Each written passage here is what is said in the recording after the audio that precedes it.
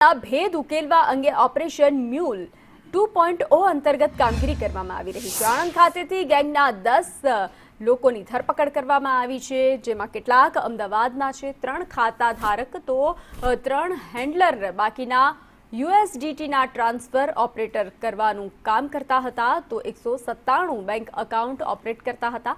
132 cyber ક્રાઇમના ગુનાને અંજામ આપ્યો હતો। એકાઉન્ટમાં 53.55 કરોડ રૂપિયા સાયબર ક્રાઇમના આવ્યા છે। તો જે રીતે ઝડપાયેલા લોકોને આરોપીઓએ અગાઉ મહારાષ્ટ્રના બાબા સિદ્દગી મર્ડર ગેંગના આરોપીને મ્યુલ એકાઉન્ટ પૂરું પાડ્યું હોવાનું પણ સામે આવ્યું છે।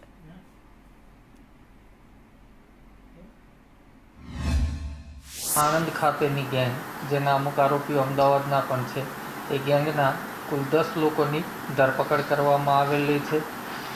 આ ગેંગ દ્વારા અત્યાર સુધીમાં 132થી વધારે સાયબર ગુનાઓના પૈસાની લેવડ દેવડ કરવામાં આવેલી છે અને 197 બેંક એકાઉન્ટો આ ગેંગ ઓપરેટ કરતી હતી, જેમાં આશરે 53.55 કરોડ રૂપિયા સાયબર ક્રાઇમના આવેલા છે।